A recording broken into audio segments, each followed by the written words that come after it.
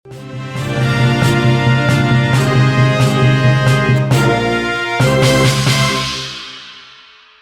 Minggu, tanggal 15 Agustus tahun 2021, juru bicara Taliban urusan politik Muhammad Naim mengatakan kepada Al Jazeera Mubashir TV bahwa perang telah usai.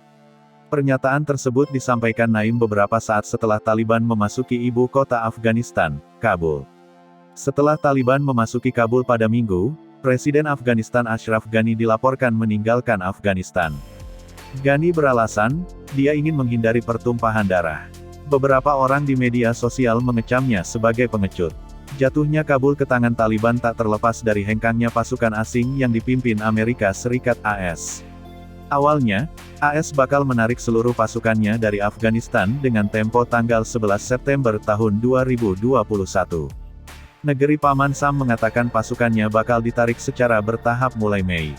Sejak saat itu, 50 dari 370 distrik di Afghanistan telah jatuh di tangan Taliban sejak Mei, saat dilanjutkannya penarikan pasukan AS dari Afghanistan.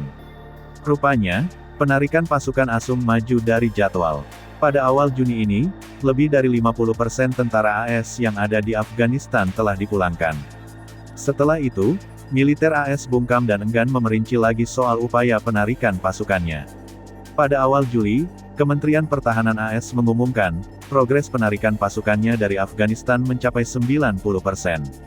Sisanya, 10% pasukan AS yang ada di Afghanistan, akan dipulangkan pada akhir Agustus alias beberapa hari sebelum tenggat penarikan yakni pada tanggal 11 September.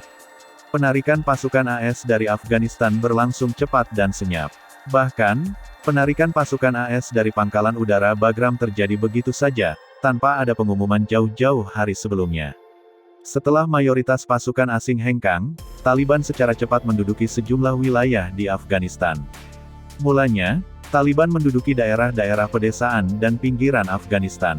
Setelah itu, kelompok ini mengklaim telah merebut wilayah perbatasan penting. Beberapa negara mulai menarik diplomat dan warganya dari Afghanistan. Pada Hari Raya Idul Adha, Taliban sejenak menghentikan serangannya. Tapi setelah itu, pertempuran kembali terjadi.